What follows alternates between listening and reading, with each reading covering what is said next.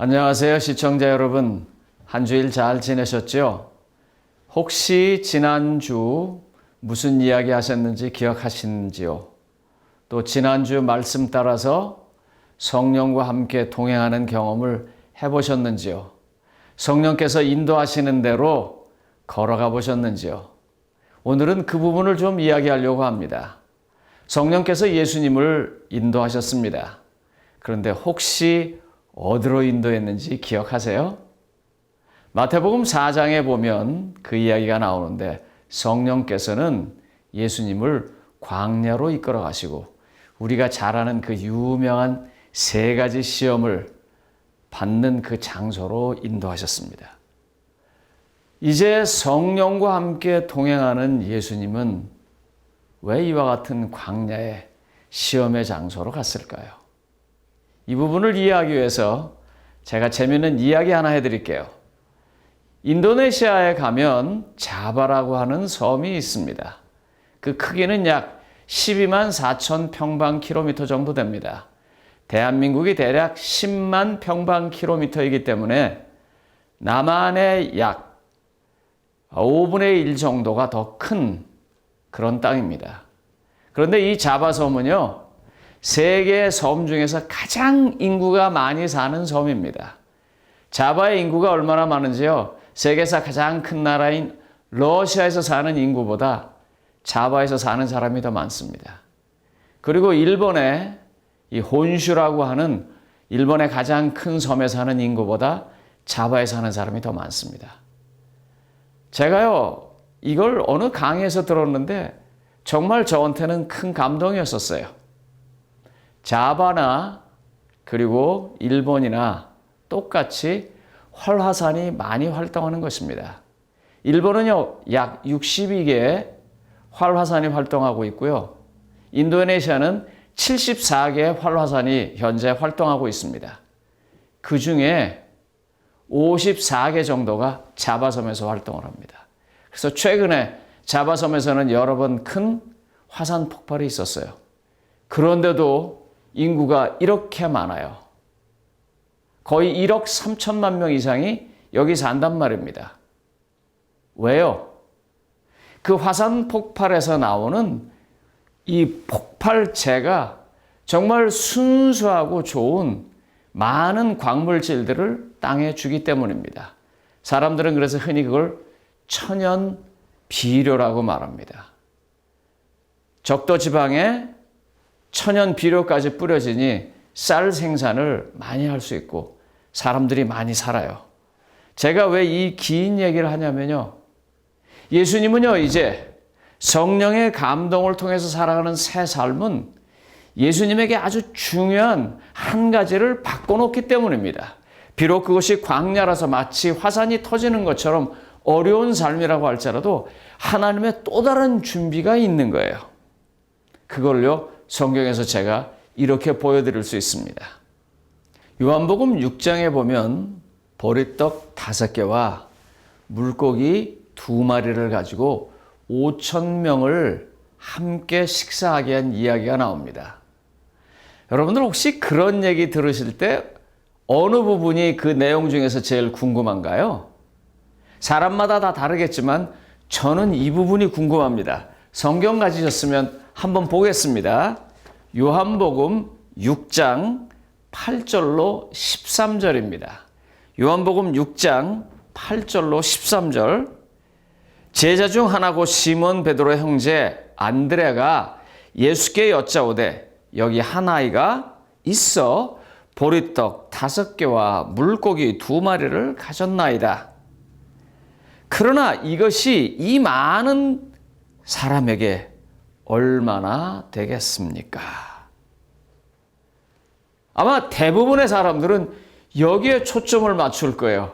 아니, 이거 갖고 뭐 어떻게 하라고? 그런데 예수님은 좀 달랐어요. 성령으로 첫 발을 내딛는 사람의 모습이 여기 나오는 것입니다. 성령과 함께하는 모습이 나오는 거예요. 예수님께서 이렇게 말합니다.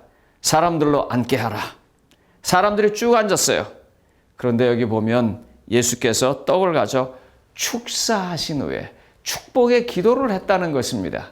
한번 좀 시청자 여러분들 다 한번 좀 생각해 봤으면 좋겠어요. 이때 예수님이 무슨 기도했을까요?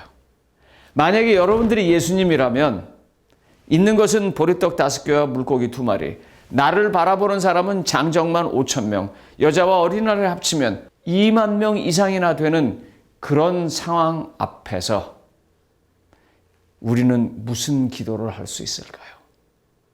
저는 무슨 기도를 할 수 있을까요?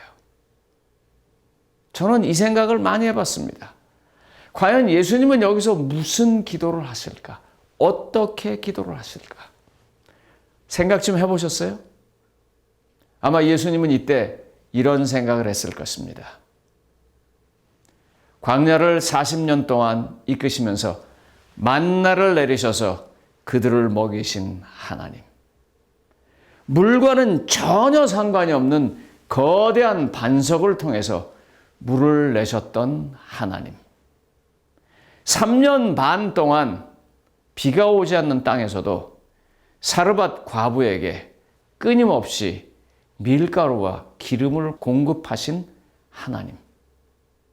그 하나님과 함께한 예수 그리스도. 그는 그와 같은 자신을 생각하면서 기도했을 것입니다.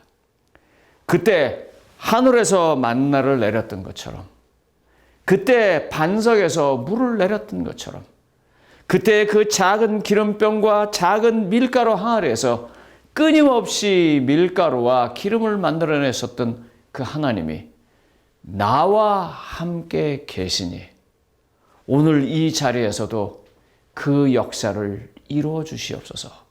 그렇게 기도했을 것입니다. 왜요?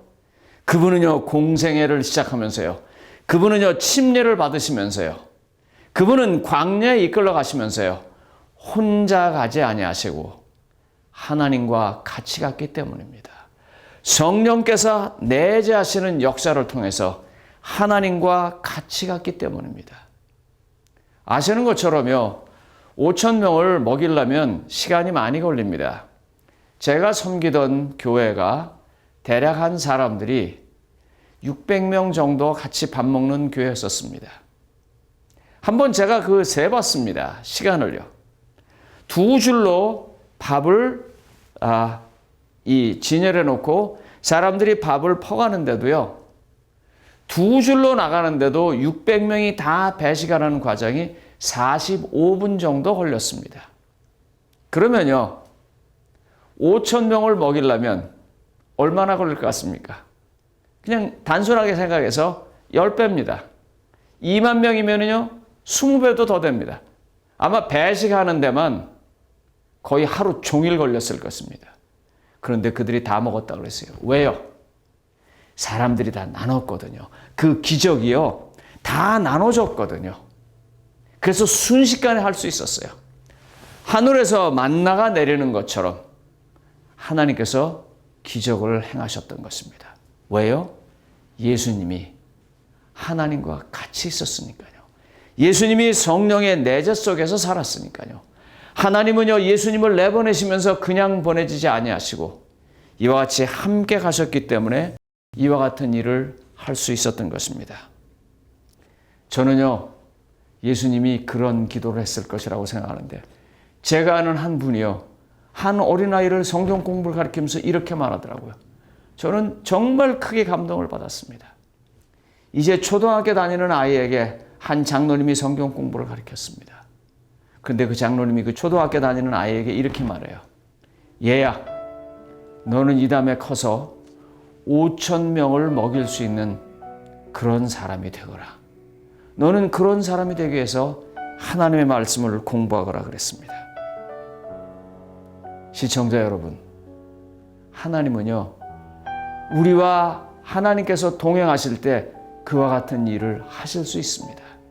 그리고 그와 같은 일을 하시도록 여러분들을 초청하는 것입니다. 요한복음 6장 48절과 51절에 보면은요, 예수님이 이렇게 말합니다. 내가 곧 생명의 떡이니라. 나는 하늘에서 내려온 살아있는 떡이니 사람이 이 떡을 먹으면 영생하리라.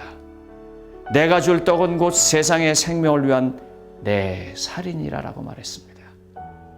이와 같은 삶을 걸어가야만 하는 예수님은요, 자기 혼자는 안 돼요. 그래서 성령과 함께 가시기 위해서 침례를 받으셨던 것입니다. 저는 시청자 여러분들이 이와 같은 마음으로 침례에 들어가기를 바랍니다. 이 부분에 관해서 다음 시간에 조금 더 공부하겠습니다. 그러므로 다음 시간 저와 함께 이 부분을 같이 공부해 볼 수 있도록 기도하시면서 준비해 주시기를 간절히 바라고 말씀을 마치겠습니다.